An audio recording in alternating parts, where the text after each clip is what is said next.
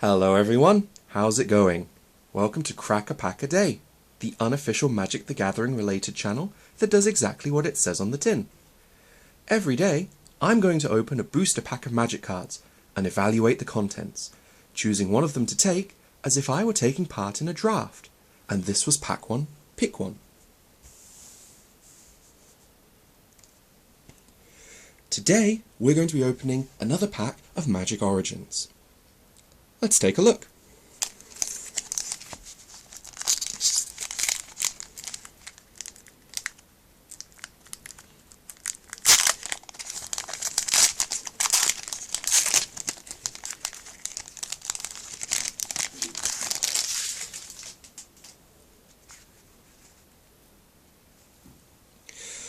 We'll start off with a Night Snare, a sorcery for 3 and a black. Target opponent reveals his or her hand. You may choose a non-land card from it. If you do, that player discards that card. If you don't, that player discards 2 cards. Most sets have one of these cards, maybe 2 or 3. Discard cards, cards that force your opponent to discard cards from their hand.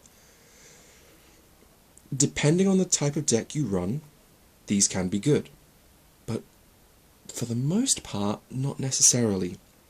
You do get the choice of a card, and if you don't, then you get a form of card advantage. You've used 1 card to force them to get rid of 2, but you're paying 4 mana for it.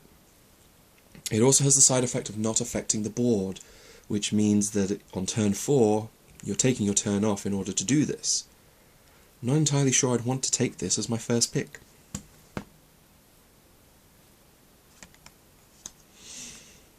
Demolish, a sorcery for 3 and a red. Destroy target artifact or land. This is, well, I'd hesitate to call this a sideboard card because it's, well, not very good. In terms of artifact destruction, it's extremely expensive. In terms of land destruction, it's expensive. It's not very good. If I were going to take this, it would probably be deep in the pack, somewhere around 13, 14 or 15, and it's probably not something I'd especially want. Up next, Auramancer, a 2/2 human wizard for 2 and a white. When Auramancer enters the battlefield, you may return target enchantment card from your graveyard to your hand. White-black has an enchantment sub-theme in Magic Origins. What Auramancer allows you to do is get yourself a 2-for-1. You get one of your spent enchantments from your graveyard when she enters the battlefield. The problem is, there isn't all that much enchantment destruction. Mostly it's going to be sideboarded, or perhaps auras on creatures that get destroyed. You're not going to want to play her on curve, because a 2/2 for 3 is not very exciting. She is definitely not what I would want to take first. Maybe if this pack wheeled? Sure, but right now, not what I'm interested in. Weight of the Underworld, an enchantment aura for 3 and a black. It targets a creature, and that creature gets -3/-2. As I just mentioned, there's a white-black enchantment sub-theme. Weight of the Underworld is removal. Is it good removal? Not especially, but it's okay. You're going to kill any sort of X2s, and if necessary, you can use it to reduce the power and toughness of other creatures. Perhaps you can play it post-combat to kill a creature that took damage already. It's not necessarily a first pickable card. It's removal, but it's not great removal. Bone to Ash, an instant for 2 blue. Counter target creature spell, draw a card. It does have the upside that it replaces itself. On the downside, it's a very expensive counterspell.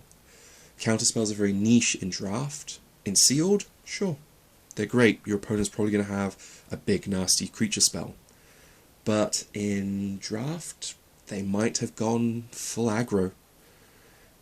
At best, this is a sideboard card that you bring in against a more controlling deck. but it's not something you're going to want to first pick. Farika's Disciple, a 2/3 Centaur warrior for 3 and a green, with Death Touch and Renown 1.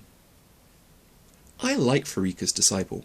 It's got a relatively solid body. It's a little bit pricey, but it does have Death Touch, which means that it will trade with literally almost any creature in the set. It also has Renown 1, which means that if you're on the offensive with it, it becomes a 3/4 with Death Touch. When you're doing that, it almost becomes a form of evasion, because anything your opponent blocks with will die. This is a very solid card, probably the best thing we've seen in the pack so far.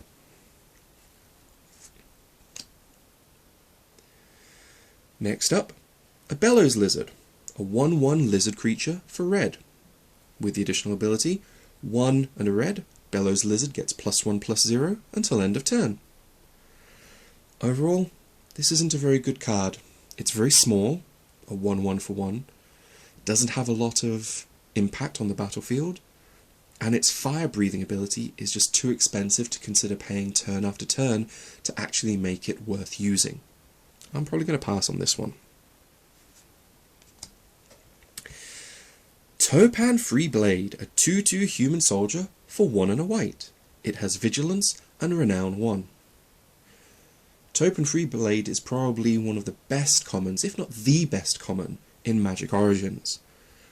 It's a bear, a 2/2 for 2, with a lot of upside. It has Vigilance, meaning it's good on the attack and the defense, and Renown 1, which means that on turn 3, you've got a 3/3 blocker that's attacking for 3 every turn. If it managed to get through. I think Topan Freeblade just became the top pick in this pack. Ooh, another Centaur. Return Centaur, a 2/4 zombie Centaur for 3 and a black. When Return Centaur enters the battlefield, target player puts the top 4 cards of his or her library into his or her graveyard. This is not an exciting card. For the mana, you're getting a very average body. Perhaps if you were trying to do a bit more of a control style deck, you'd want the high toughness, but Magic Origins doesn't lend itself to control style decks. Generally, you want to be pretty aggressive. There aren't really many payoff cards that support control decks. The mill ability is probably going to be targeting yourself, assuming you've got something that can return cards from your own graveyard. It's not really worth it to target your opponent with it. Claustrophobia. Claustrophobia is a good card. It is an enchantment aura for 1 blue. It enchants a creature. When it enters the battlefield, you tap the enchanted creature, and it doesn't untap during its controller's untap step. Effectively, you lock down a creature and prevent it from attacking, blocking, or using tap abilities. This is one of the best removal cards that blue has in the set, and is probably one of the top picks in this pack.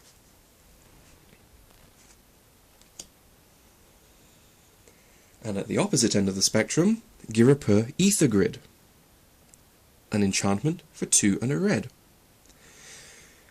If you tap 2 untapped artifacts you control, Girapur Ether Grid deals 1 damage to target creature or player. This is a card I wanted to do really well. It's what's nicknamed a build-around card. A card that, theoretically, if you build the right draft deck around it, it will be more powerful than if you just slot it into an average deck. Unfortunately, Girapur Ether Grid just doesn't have that power. Most of the time, the artifacts are either not really worth putting in your deck, or they're just creatures that are going to be attacking rather than tapping to deal damage. This is not what I want. Runed Servitor, a 2/2 artifact construct creature for 2. When it dies, each player draws a card. This is a very average card. It goes well in a number of decks, but it's not really a first pick. Sentinel of the Eternal Watch, a 4/6 giant soldier for 5 and a white. It has Vigilance, and at the beginning of combat on each opponent's turn, tap target creature that player controls. This is possibly the best uncommon in the set. It's pricey, but it's close to being a bomb. It's a 4/6 vigilance creature, so when it attacks, it can still block, but it also has the ability to tap down one of your opponent's creatures a turn, which means they can't attack with it and they can't block with it. Even if you use a removal spell like Claustrophobia, you still get the ability, so it even runs well against certain soft removal. Sentinel of the Eternal Watch might have just become the top pick for this pack. Our rare is Orbs of Warding, an artifact for 5 colourless. You have Hexproof. If a creature would deal damage to you, prevent 1 of that damage. Hexproof is an okay ability, but paying 5 mana for it? That's just not worth it. And the damage reduction? That's probably not worth it either. All in all, I don't think I'd want to take this. And a mountain, and an ad card. Okay, let's have a quick review of what we've got. Okay, here's our pack. To me, there are 3 main choices here: Toppan Freeblade, Claustrophobia, and Sentinel of the Eternal Watch. Claustrophobia has the advantage of being the only decent blue card in the pack. If you take it, you will be cutting the player on your left off. You'll be sending some relatively decent signals that blue is not available. Hopefully they'll pick up on it, and that means you'll get some nice blue in pack 2. On the other hand, Toppan Freeblade and Sentinel of the Eternal Watch are pretty decent cards. The Freeblade comes down early and hits hard, and the Sentinel comes down late and also hits very hard. The Sentinel, it's worth noting, can be splashed in most decks. It's one of the few cards in Magic Origins that can be splashed because it has only a single white mana in its casting cost.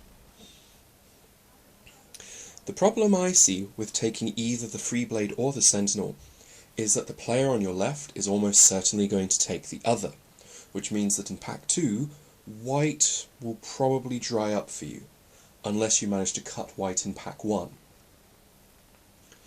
If you're willing to fight over it, it's probably worth it. They're both very good cards. My choice out of this pack is Toppan Freeblade. The Sentinel has a lot of power, but the Freeblade is a 2-drop, and because of that, that means that I can play it early and hopefully win the game before the Sentinel hits the table. That's about all we've got time for today.